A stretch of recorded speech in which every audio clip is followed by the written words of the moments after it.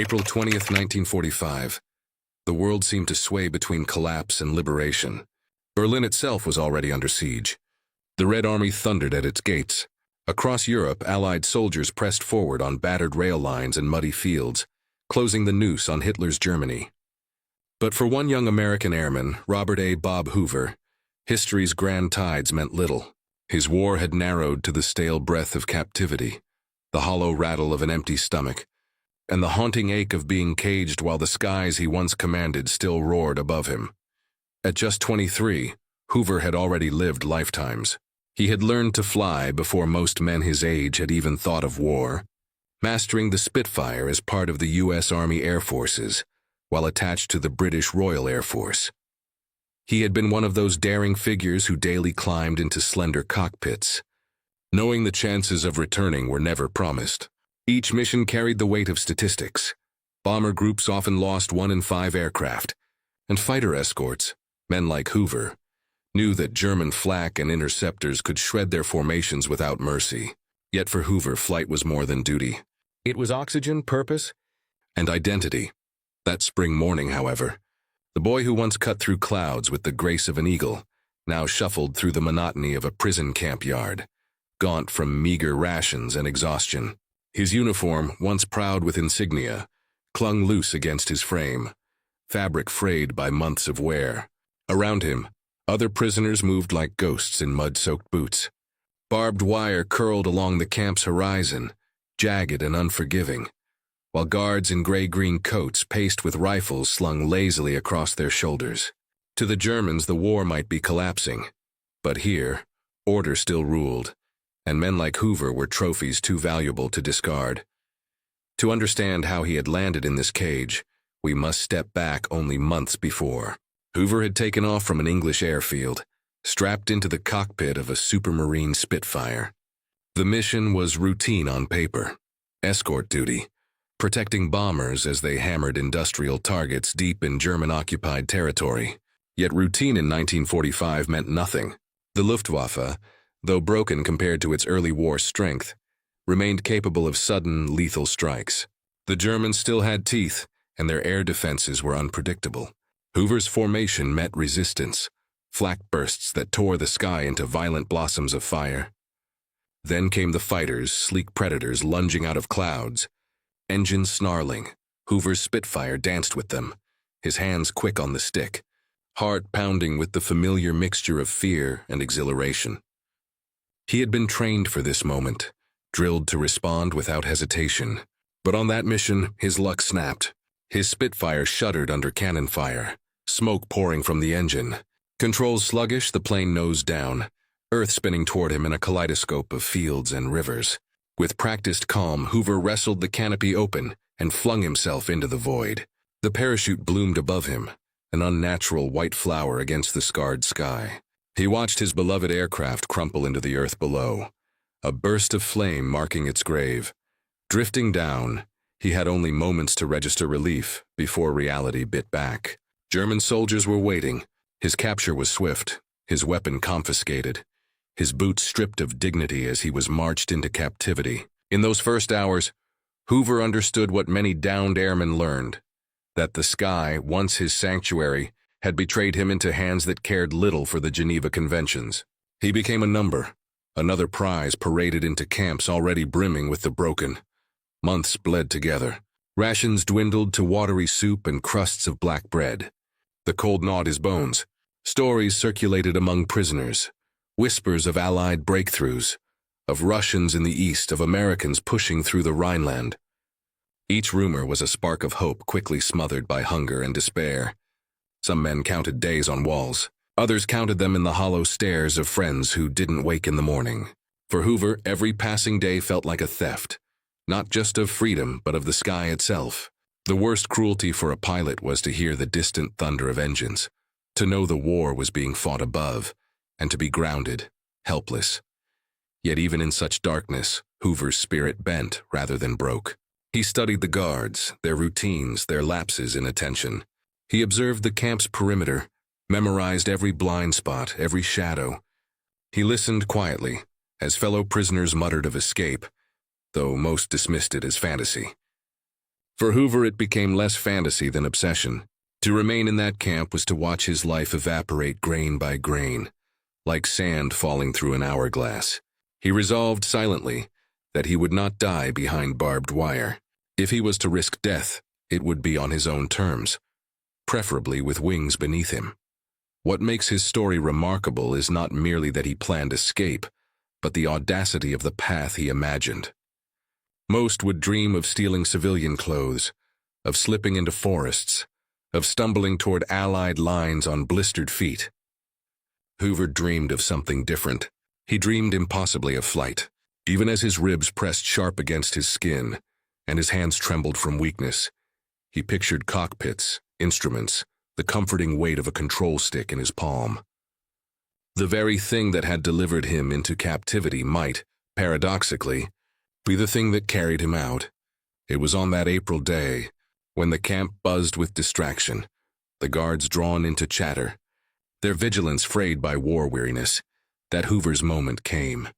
He slipped past a gate with the quiet agility of a shadow. Heart hammering, he darted between hedges, the barbed wire receding behind him. Freedom tasted at first like mud on his boots, like branches clawing his arms as he pushed through a thicket. He did not know where his path led, only that every step was away from captivity, toward the faint hope of control over his fate. And then, staggering through the landscape, he froze at the sight before him. Spread across a nearby field, their wings gleaming like predatory birds at rest, sat the very machines that had once hunted him from the sky, German fighter planes. Sleek Focke-Wulfs lined the airstrip, their canopies reflecting pale light, engines silent but full of menace. To any other escaped prisoner, this sight would have been a nightmare, a sign to turn and flee deeper into woods. For Hoover, it was something else entirely. His exhaustion did not erase the spark in his eyes.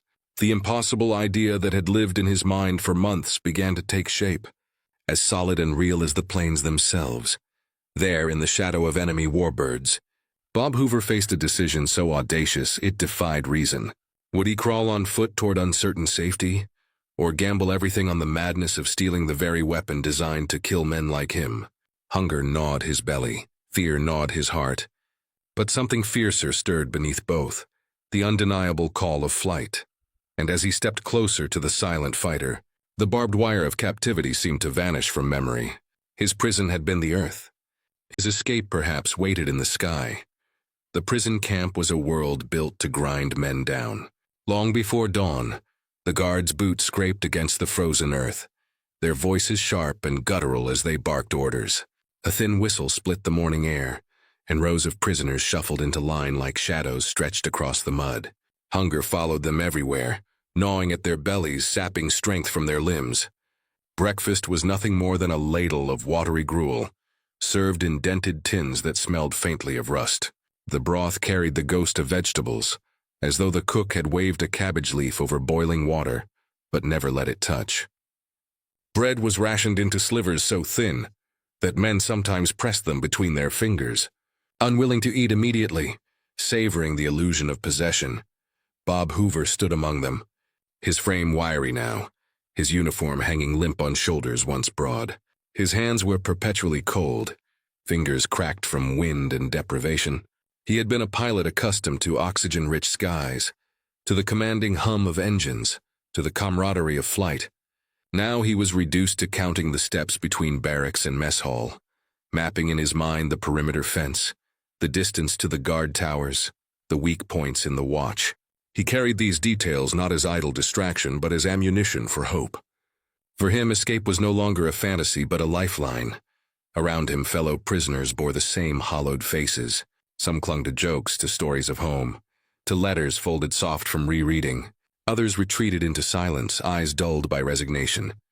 Statistically, the survival rate for Allied airmen in German captivity was higher than for soldiers trapped on the Eastern Front, but statistics meant little to men who lived on less than 1,000 calories a day.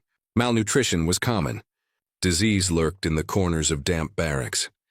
The Red Cross parcels, when they arrived at all, were like sudden treasure, shared carefully among desperate hands. Men spoke reverently of chocolate, of cigarettes, of canned meat, as if they were holy relics.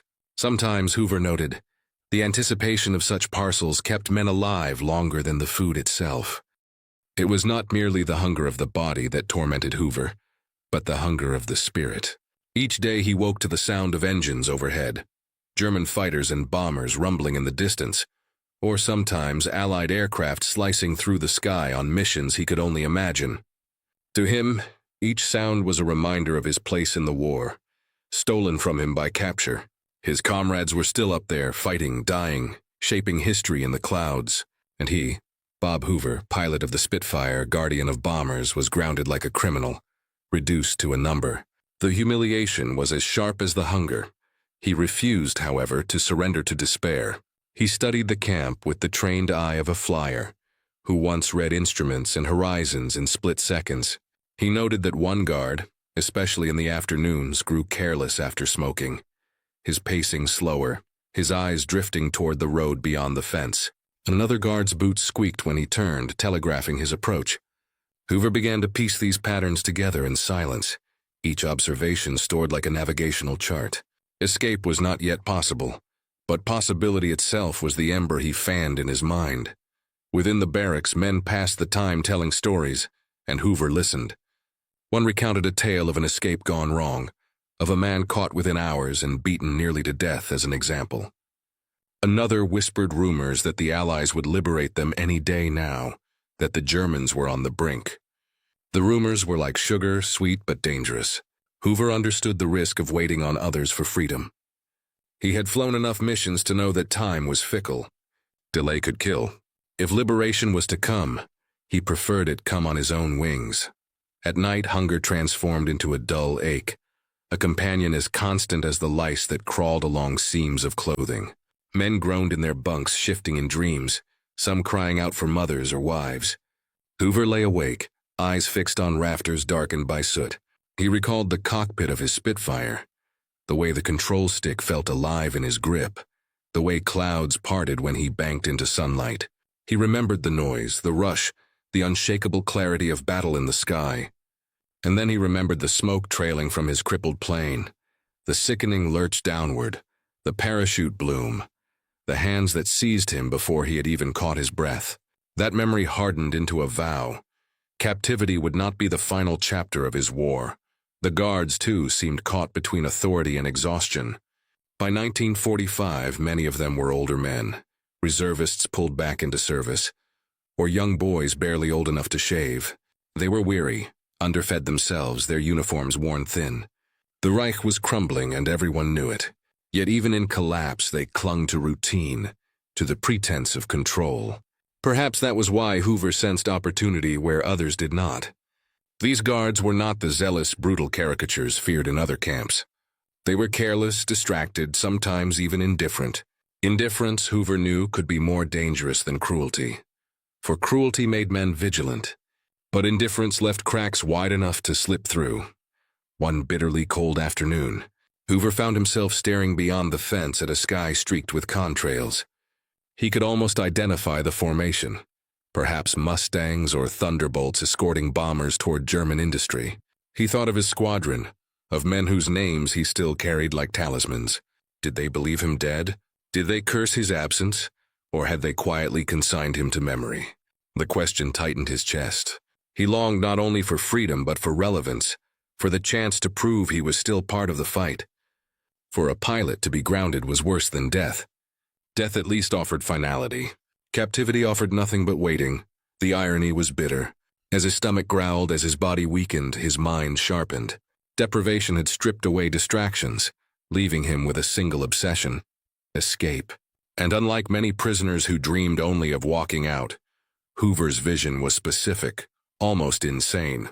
He imagined himself back in a cockpit, hands on the throttle, lifting from German soil into the freedom of the air. It was improbable, perhaps impossible, but the idea would not leave him. In its madness, it offered clarity. He knew who he was, not a prisoner, not a number, not a shadow. He was a pilot. To escape by flight would be the ultimate reclamation of self. One evening, huddled in the dim barracks, Hoover whispered his resolve to a fellow prisoner. The man laughed bitterly, shaking his head.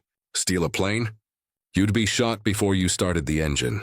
The words hung in the air, dismissive, final. But Hoover only smiled faintly, his eyes glinting in the gloom. To him, the impossibility of the plan was precisely what made it possible. The Germans would never expect it. The audacity itself might be his camouflage. As the days bled into one another, the war outside grew louder. Distant artillery rumbled through the night like thunder rolling toward them. Guards muttered nervously in corners. Prisoners whispered that the Reich was collapsing, that liberation could be days away. Yet Hoover felt no comfort.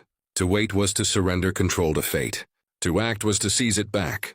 And so, even as hunger hollowed him, he nursed the wild notion that one day soon, the barbed wire would not hold him. He would not crawl on blistered feet through forests or beg food from wary villagers. He would rise above it all in the seat of a German fighter, risking everything for the one thing he could not live without, the sky. That night, listening to the restless sleep of men around him, Hoover closed his eyes and imagined the impossible. Not the barbed wire, not the boots of guards, not the slop of stew. He imagined the roar of an engine beneath him, the horizon tilting, the earth shrinking below. And though his body trembled with weakness, his spirit quickened. The hunger that tormented him was no longer only for food. It was for flight. Bob Hoover had not meant to stumble upon the airfield. His escape from the camp had been a blur of instinct and desperation, ducking between hedges, slogging through ditches, crawling across open ground with the sickening awareness that any shout, any gunshot could end him.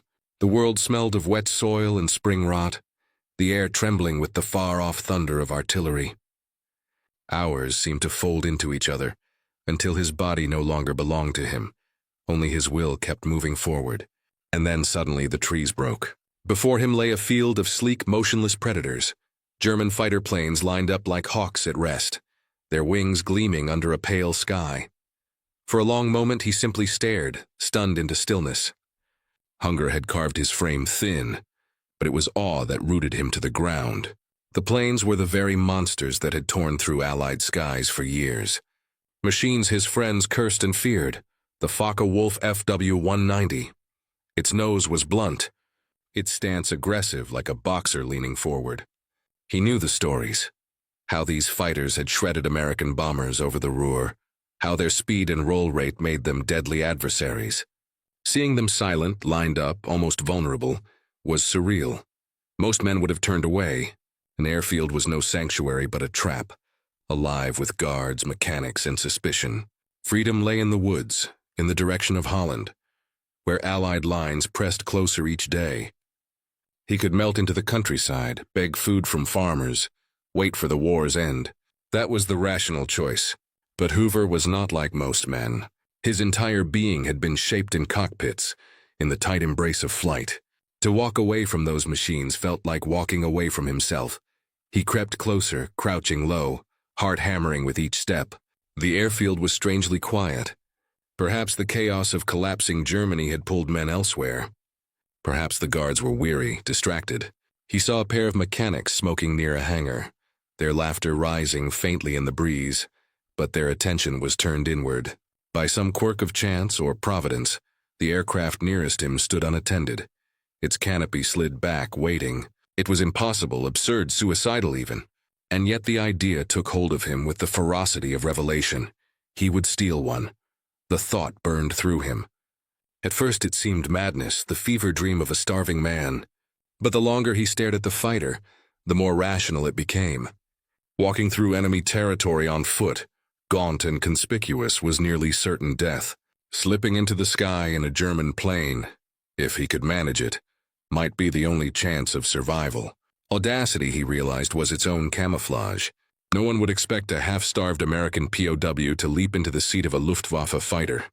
Still, doubt gnawed at him. He had never flown an FW-190. Its dials and switches were all labeled in German. Its systems, its quirks, its limits, these were mysteries. One wrong move and he could destroy himself before leaving the ground. And even if he managed to take off, what then? Allied gunners, seeing a German silhouette, would fire without hesitation. He might escape one cage only to be shot down by his own side. The risks were absurd, almost comical in their cruelty. Yet with each doubt came the counterweight of conviction. He was a pilot. Pilots adapted. He had mastered the Spitfire, the Mustang, the training aircraft of his youth, each with its own peculiarities. Flying was less about familiarity than about instinct, about reading a machine the way a musician reads an instrument. He told himself that if he could just get the plane into the air, he would feel it, understand it, bend it to his will. The cockpit was not a stranger to him. It was a language he had spoken all his adult life. He slid toward the aircraft, breath shallow, every nerve alive. The canopy's edge was cold under his fingers as he hauled himself inside. The seat embraced him with unnerving familiarity, as though the enemy machine recognized its new occupant. The instrument panel spread before him, a forest of gauges inscribed in a tongue he barely knew. Fuel, oil, manifold pressure. He could guess at most, but guessing could kill. He ran his fingers lightly across the controls, absorbing the layout, mapping it against the Spitfire he once knew. The smell of oil and leather filled his lungs. For a heartbeat, he felt almost whole again, almost free. Then the reality of his situation pressed back. Guards could appear at any moment, and he sat in the belly of their deadliest beast. His hands trembled as he found what he believed to be the magneto switches, then the starter. The engine coughed, sputtered, roared to life. The sound was thunderous, impossible to ignore. Men would come running. He had seconds, maybe less. The plane shuddered as he pushed the throttle, the propeller carving the air into a furious blur. He glanced at the mechanics by the hangar. They were staring now, shouting, confused. No bullets yet, no rush toward him. Perhaps they thought it was one of their own preparing for a flight. Hoover clung to that illusion and prayed it would last long enough. He eased the plane forward, the wheels bumping along the grass strip. The tail lifted, the nose leveled. Behind him, figures scattered, but no one fired. Perhaps disbelief shielded him. He yanked the stick and the FU-190 leapt into the air, the ground falling away beneath. For the first time in months he was flying, not as a prisoner, not as a fugitive, but as himself. The sensation was intoxicating. The controls were heavy but responsive, the engine's growl steady. He tilted into the wind, heart racing with the thrill of reclaimed freedom. Yet with that freedom came terror. He was in enemy skies, flying enemy colors. Allied flak batteries would see only a German silhouette. His margin of error was non-existent. Every decision from this moment would balance on the edge of death. He forced himself to focus, scanning the horizon, orienting by instinct. Holland lay west. He would head there, praying the front lines were near, that he could find a patch of ground and convince Allied troops not to kill him before he spoke. His stomach churned, not only from hunger but from the enormity of what he had done. The world below was still hostile, but up here, for the first time in months, he was master of his fate. As the airfield shrank behind him, Hoover's eyes narrowed. Ahead lay flak towers, patrols, and the ever-present risk of friendly fire. Behind lay starvation, barbed wire, and certainty of slow death. He had traded one danger for another, but at least this one carried the wind under his wings. And as he climbed higher, the weight of the impossible decision settled into a singular truth. He had chosen to fight for freedom, in the only way he knew how, by flying. The Focke-Wulf surged higher, the landscape unspooling beneath Bob Hoover like a map scrawled in rivers and fields. He had no training manual, no briefing, only instinct and desperation. His fingers trembled against the stick, adjusting to the heavy pull of the German machine. It was not the quick, elegant Spitfire he had once mastered. This fighter was raw muscle, built for destruction, its nose heavy, its wings thick with menace. Yet beneath his hands it felt alive, responsive, even eager. After months of starvation and stillness, the roar of the engine filled him with a jolt of strength he had forgotten he possessed. He was flying again, and that meant he was free, if only for the moment. Below, the airfield fell into chaos. Tiny figures scattered, gesturing wildly, rifles raised but too late to stop him. He had gambled on audacity, and audacity had carried him into the sky. Now, though, the sky itself became his enemy. Somewhere ahead lay Allied territory, Holland's embattled fields and rivers. But between him and safety stretched a gauntlet of German guns and Allied suspicion. One wrong silhouette could make him a target to both sides. He leveled the wings, trying to steady his breath. The cockpit smelled of oil and leather, the dials and gauges strange but slowly comprehensible. He picked out the basics: airspeed, fuel, temperature. Enough to survive if fortune held. Outside, the world was fractured. Villages smoldered, roads clogged with retreating German convoys, columns of smoke stabbing the sky. He skimmed low, reasoning that hugging the ground might shield him from radar and reduce the chance of interception. It was a tactic he had used before in friendlier skies, though never with his life balanced so precariously. Every minute carried new hazards. A German flak tower appeared ahead, its barrels swiveling like the eyes of a beast. Hoover clenched his teeth, nudging the stick. The fighter banked sharply, muscles in his arms straining, the horizon tilting. Black puffs of smoke erupted behind him as the tower fired, delayed by seconds that meant everything. He darted between the bursts, the shock waves rattling the canopy. It was absurd. He was an American, dodging German guns in a German plane. For an instant, the irony made him laugh, sharp and breathless before fear swallowed the sound.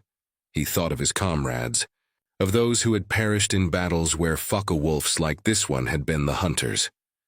How many bombers had this very squadron destroyed? How many gunners had looked up and seen such a silhouette before their world turned to flame? Now he bore that silhouette, a ghost in enemy colors. The thought weighed heavy. To survive, he had to impersonate the very predator that had once hunted him. The miles stretched painfully. Fuel was not infinite, and every gauge became a countdown. He pushed the aircraft westward, scanning for landmarks. The rivers braided like silver threads. Forests pooled like shadows. Somewhere beyond, Allied forces advanced. If he could cross that line, if he could just endure, freedom lay within reach. Yet endurance was no guarantee.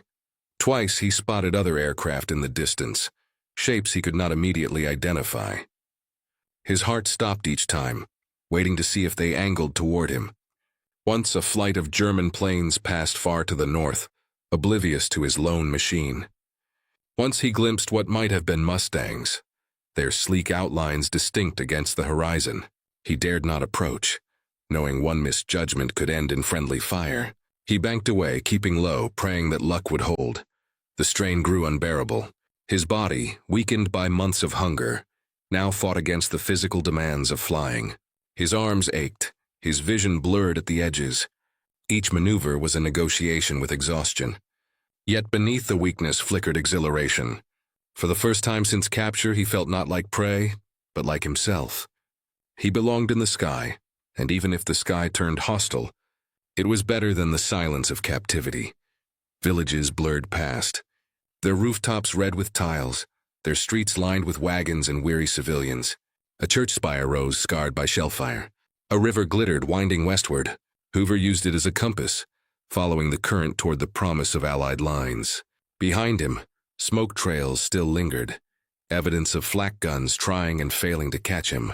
He wondered if German soldiers cursed his name, if they even knew who sat in the cockpit of their fighter. To them, perhaps, it was just another malfunction, another mishap in a collapsing Reich. The absurdity shielded him still. As the minutes dragged into an hour, tension pressed harder. He was close now. He could feel it. The landscape grew scarred with shell craters, burned-out tanks rusting along the roads. The front was near, but the nearer he drew, the more dangerous the skies became. Allied gunners were ruthless against any German aircraft, and his silhouette screamed enemy. He knew that his next challenge was not escaping Germans, but convincing Allies not to destroy him before he landed. His mind raced with possibilities. He could waggle his wings, signal surrender, circle low to suggest desperation. But would they understand? Would they even wait long enough to wonder? He imagined anti-aircraft crews sighting him, pulling triggers, never knowing they were seconds from killing one of their own. Death could arrive from those who sought to protect him. Fuel dwindled. The gauge dipped toward empty, the needle mocking him. He scanned frantically for open ground, a field, a strip, anything that could hold him. Finally, through the haze, he spotted flat terrain edged with hedgerows. He lowered altitude, heart hammering. If this was Allied territory, salvation was near. If it was not, then he would end where he began, a prisoner or worse. The fighter bucked as he eased back the throttle. The wheels groaned as they met earth, the plane bouncing hard before settling. Grass whipped beneath him. Mud sprayed against the fuselage. The aircraft shuddered to a halt, its engine coughing one last roar before silence fell. Hoover sat trembling, hands still gripping the controls, chest heaving. The silence felt deafening after the chaos of flight. Figures burst into view, soldiers running, rifles raised, shouting. Their uniforms were khaki, their helmets distinct. He had made it across. Relief washed over him, swift and overwhelming. Yet relief was short-lived. The men aimed their weapons, faces taut with suspicion. To them, he was the enemy. A German pilot landing uninvited in their midst. Hoover tore open the canopy, scrambling onto the wing. He threw his arms high, shouting the words that might save his life. "Don't shoot! I'm an American!" His voice cracked with desperation, carrying across the field like a final flare. For a heartbeat, everything held still. Soldiers frozen, rifles leveled. A young pilot poised between salvation and death.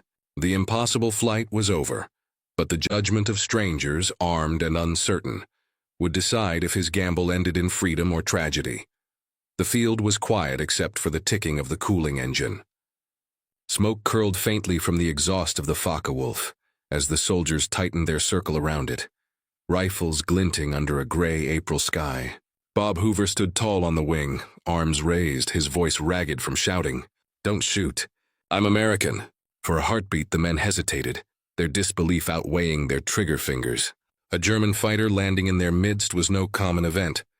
And here was a pilot whose accent betrayed him as anything but German. A sergeant stepped forward. His helmet tilted low, suspicion carved into his features. "Get down slowly," he barked. Hoover obeyed, climbing from the cockpit with deliberate care. His boots sank into the wet grass as soldiers rushed him, hands rough against his arms, searching for weapons. They found none, only the starved body of a young man in a torn uniform, eyes burning with exhaustion and defiance. His words tumbled out in a rush. He had been a prisoner, he had escaped, he had stolen the plane. The soldiers exchanged glances, skeptical, half ready to laugh at what sounded like madness. But there was no mistaking his accent, nor the desperation that clung to every syllable. They marched him toward a nearby command post, rifles still aimed. Allied officers gathered, questioning, testing. Hoover told his story plainly, each detail sharp, unwavering. He described the camp, the guards, the moment of escape, the Focke-Wulf waiting on the field. His tale was unbelievable, yet the evidence sat in the meadow behind them. A German fighter, whole and intact, parked in Allied hands without a single bullet fired. It was proof enough. Slowly, suspicion shifted to awe. For Hoover, the relief was overwhelming. He had carried the weight of death on his shoulders through every second of that flight, and now it lifted, leaving behind only the raw tremor of survival. Food was brought, real food, rich and warm, the kind he had not tasted in months. Bread that was not black and sour. Meat that filled his mouth with flavor. Coffee that chased away the chill. As he ate, he felt life pour back into his body, strength returning with every bite. To live through starvation was to know the holiness of a full plate, and Hoover savored it like a sacrament. The war ended only weeks later, but his escape became a story whispered with reverence among airmen. To steal the enemy's weapon, to turn it into a chariot of freedom, that was something beyond courage. It was audacity, the purest essence of the fighter-pilot's spirit. Where others saw madness, Hoover had seen possibility. That act of defiance, reckless and brilliant, defined not only his survival but his legacy. When peace returned, Hoover did not abandon the sky. He became a test pilot, pushing machines to their limits, measuring the thin line between control and catastrophe. His skill was legendary. Chuck Yeager, the man who first broke the sound barrier, once called Hoover the greatest stick and rudder man that ever lived. Hoover's career spanned decades, demonstrations, air shows, feats so graceful that audiences swore they were watching ballet in the clouds. He would pour iced tea into a glass while rolling an aircraft upside down, a stunt that seemed like magic but was, in truth, the mastery of instinct honed through years of survival. Yet no performance ever eclipsed that day in 1945, when he lifted a German fighter into Allied skies. It was the moment that defined him. The act that proved resilience was more powerful than fear. To many, Hoover embodied the best of aviation's daring spirit. Calm in crisis, inventive under pressure, unwilling to surrender even when reason demanded it. Looking back, he often recalled the hunger, the captivity, the sense of diminishment that had driven him to risk everything. He admitted that logic had argued against him, that the chance of death was greater than the chance of survival. But he also understood something deeper, that a man stripped of dignity, denied his purpose, will gamble everything for the chance to reclaim it. For Hoover, dignity lived in the cockpit. To fly again was to prove he was still himself. His story became more than an anecdote of war. It became a parable about audacity, about the refusal to accept the boundaries set by circumstance. In classrooms and hangars, young pilots heard his tale and understood that survival was not always about the safest choice, but sometimes about the boldest. Military historians studied it as an example of improvisation under pressure, and ordinary men and women, hearing of his flight, felt the stirring of hope that even when imprisoned by fate, the human spirit could find a way to rise. What lingered most, perhaps, was the image, a starving young American in enemy colors, flying across a fractured sky toward the uncertain promise of freedom. It was a contradiction so stark, so cinematic, that it seemed almost legend. But it was true, as real as the scarred fields of Europe and the rusting fences of POW camps. Truth in this case was stranger than imagination. As old age came, Hoover remained a fixture in aviation circles, his voice calm, his handshake steady. Pilots revered him, not simply for his stunts or his skill, but for the steel of will that had carried him from a prison camp to the sky. He often downplayed his escape with modest humor, calling it just what needed to be done. Yet beneath the understatement lay the truth of a man who had dared the impossible and lived to tell it. For those who hear his story today, the lesson endures. Survival is not always a matter of strength, but of audacity. Freedom is rarely handed. It is seized, sometimes in ways that defy reason. Bob Hoover seized his in the cockpit of his enemy's deadliest machine, flying not only toward Allied lines but into history itself. And so, when the roar of engines fades and the world remembers the war in numbers and battles, this single act still cuts through. A young man who chose flight over fear, who proved that courage can transform captivity into legend. His legacy is not only in the skies he mastered, but in the reminder that even in the darkest prisons, the horizon is never out of reach. Now imagine it, the field, the stunned soldiers, the fighter cooling in the grass. Picture the silence as Hoover's words broke through. "Don't shoot, I'm American." That cry carried more than identity.